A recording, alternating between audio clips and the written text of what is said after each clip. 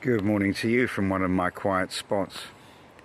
This morning I was thinking about the power of Scripture, and as you know, there are 66 books in the Bible and they're all varying lengths. And today I want to look at a book that's actually one of the shortest books in the Bible, so we can actually take a whole book for a study. And when I get back to the car, I'll open it up to you. Well, here I am back in my car. I'm never sure of the lighting when I come down to this particular spot, so forgive me if I'm perhaps partially obscured. We're going to look at the book of Obadiah, and it is the shortest book in the Old Testament, sorry. And not much is known about Obadiah as the author. In fact, nothing really, as far as I know.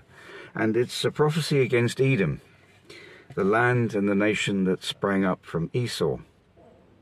I won't go into the background of Jacob and Esau, but you'll know that they were antagonistic towards one another, especially Jacob's particular fear of retribution that he would get from Esau. And of course, in the end, they actually reconcile as brothers. But that be it as it may, I just want to share from Obadiah. And I did actually write some notes down some time back about this. But as I did the other day, a live Bible study, I felt this was also a bit like a live Bible study, in that I want to read all 21 verses and see what the Lord has to say to us about it. The vision of Obadiah. Thus says the Lord God concerning Edom. We can take Edom actually for any land that is antagonistic towards the land of God's people. So let's look at it from the perspective of the world. We have heard a report from the Lord. An envoy has been sent among the nations, saying, Arise, let us go against her for battle. Behold, I will make you small among the nations. You are greatly despised. The arrogance of your heart has deceived you. You who live in the clefts of the rock, in the loftiness of your dwelling place. We could apply that to many nations on earth, can't we now? Especially the Western world. The loftiness of our dwelling places. And the arrogance of men's hearts, as we've seen the rise of technological power, the rise of autocratic power, especially as it masquerades as democracy. Who say in your heart, who will bring me down to earth? That sounds familiar, doesn't it? Think back here in verse 3 and relate that across to, I think I've got here Ezekiel 28 and Isaiah 14, where Lucifer lifts up his head to the heavens. Who is greater than me? Who can stand before the creation of God but me? I am the highest amongst all. And of course we know Lucifer's end. And I believe this is alluding to it here. Who will bring me down to earth, though you build high like the eagle, though you set your nest among the stars? See? From there, God is saying, I will bring you down. From there I will bring you down, declares the Lord. The lofty will always be brought down. If thieves came to you, if robbers by night, oh, how you will be ruined. Would they not steal only until they had enough? If grape gatherers came to you, would they not leave some gleanings? Oh, how Esau will be ransacked.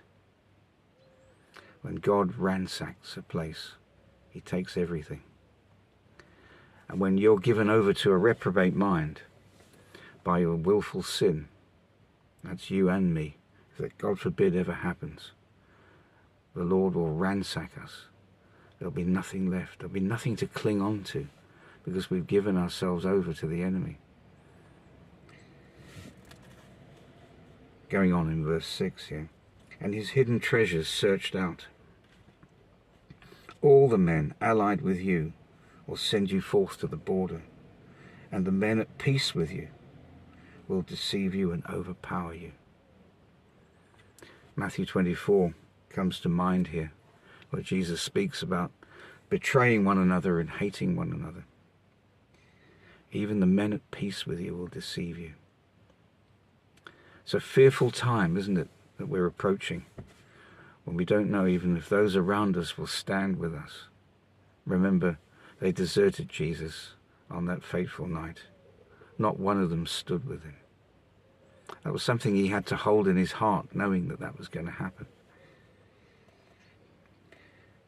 They who eat your bread, it goes on in verse 7, will set an ambush for you.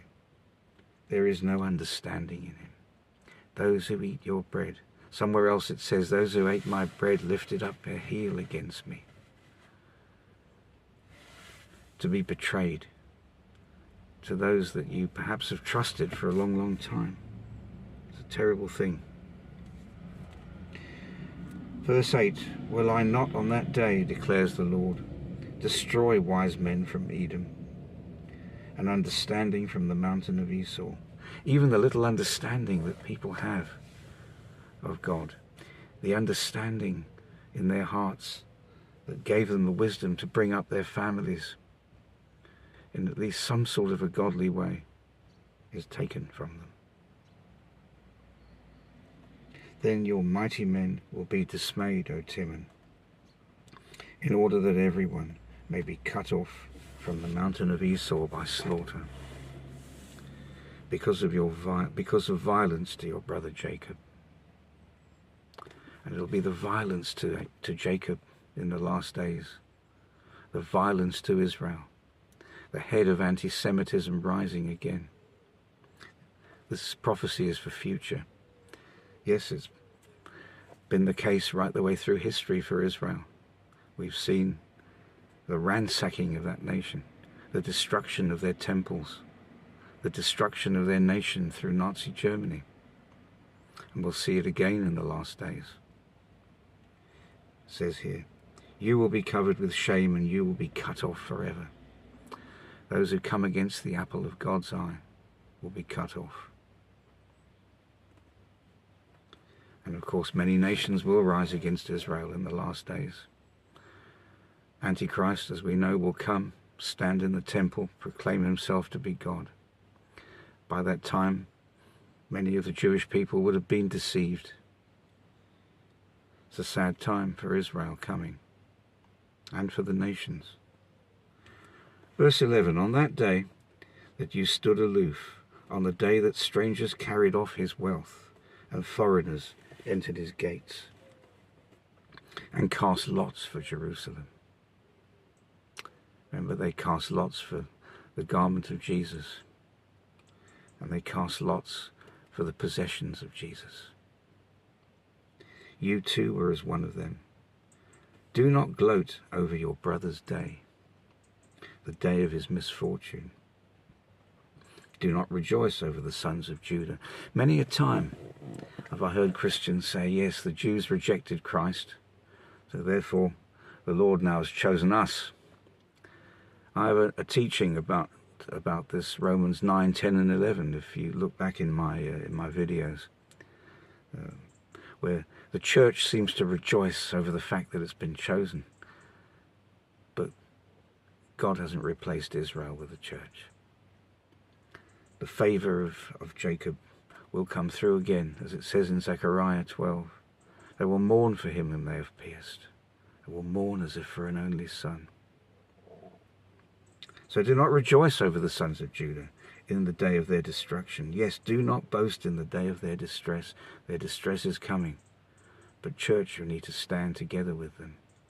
There will be a remnant that God has chosen out of the nation of Israel to have salvation, to see the Son of Man. Do not enter the gate of my people in the day of their disaster. Yes, you do not gloat over their calamity in the day of their disaster, and do not loot their wealth in the day of their disaster. And do not stand at the fork of the road to cut down their fugitives, and do not imprison their survivors in the day of their distress. For the day of the Lord draws near on all nations. This is probably the most powerful verse in this whole book. of 21 verses. For the day of the Lord, that's the wrath of God, draws near on all the nations. As you have done, it will be done to you. God knows, and he's a sure judge.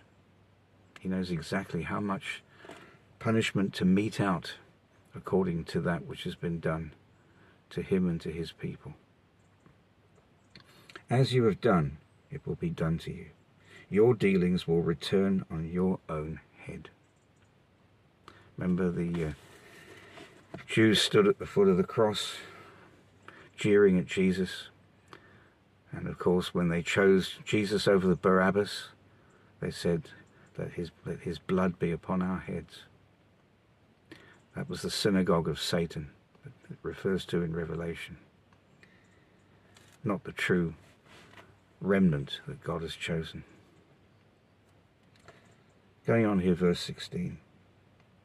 Because just as you drank on my holy mountain, all the nations will drink continually. They will drink and swallow and become as if they had never existed. What a punishment, to be as if they'd never existed. It doesn't mean they enter into oblivion or annihilationism. They will suffer for the sin that they commit, but it will be as if they never existed. Ransacked. All their goods taken. I love the word but in verse 17 here. By the way, I'm reading from the New American Standard this morning. And I sometimes refer to this Bible because it has some good commentaries. And sometimes the outlines of the books are quite interesting to read. So verse 17. But on Mount Zion there will be those who escape. This is the remnant. And it will be holy.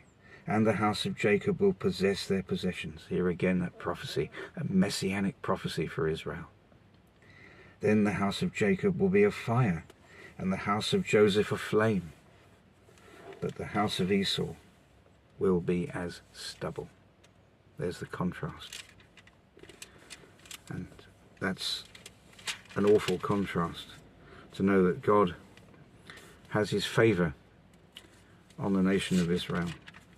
But those who side with Esau will be as stubble. And they will set them on fire and consume them, so that there will be no survivor of the house of Esau. No survivor. Anyone that joins themselves to Esau, that comes against God's people, comes against his true church, there will be no survivors. For the Lord has spoken. Then those of the Negev will possess the mountain of Esau, and those of the Shephelah, the Philistine plain. Also they will possess the territory of Ephraim and the territory of Samaria, and Benjamin will possess Gilead. God has it all marked out, all the territories that the good possess and that the bad will be dispossessed from. And the exiles of this host of the sons of Israel, who are among the Canaanites as far as Zarephath, and the exiles of Jerusalem who are in Sephrad, will possess the cities of the Negev. God is interested in geography. He's very keen about who possesses what. And in the millennial kingdom, that will be also very evident when the nations go up to worship him.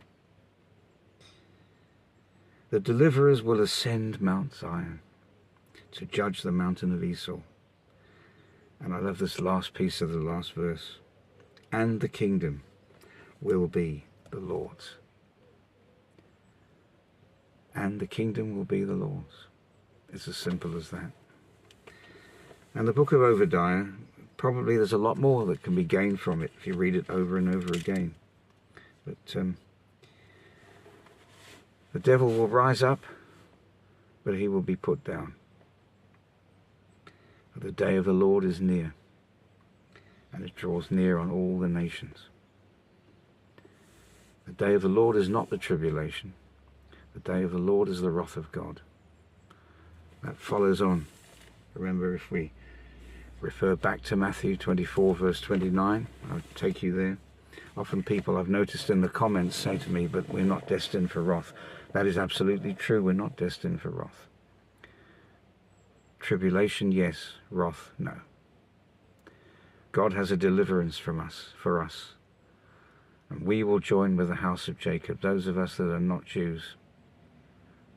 I happen to be a Jew by birth, but I'm sure I'm speaking to many, many Gentiles today who can rejoice with the remnant that God has chosen out of the house of Israel. And Jacob must yet go through many troubles. And yet God will bring through those he has chosen, those that choose him. Those that he has chosen are those that choose him. So remember that this morning. I pray today is blessed for you, and that as we see the house of Antichrist arise, so we will see the house of the Lord being prepared, and is being prepared for us and for his sure return. Have a blessed day.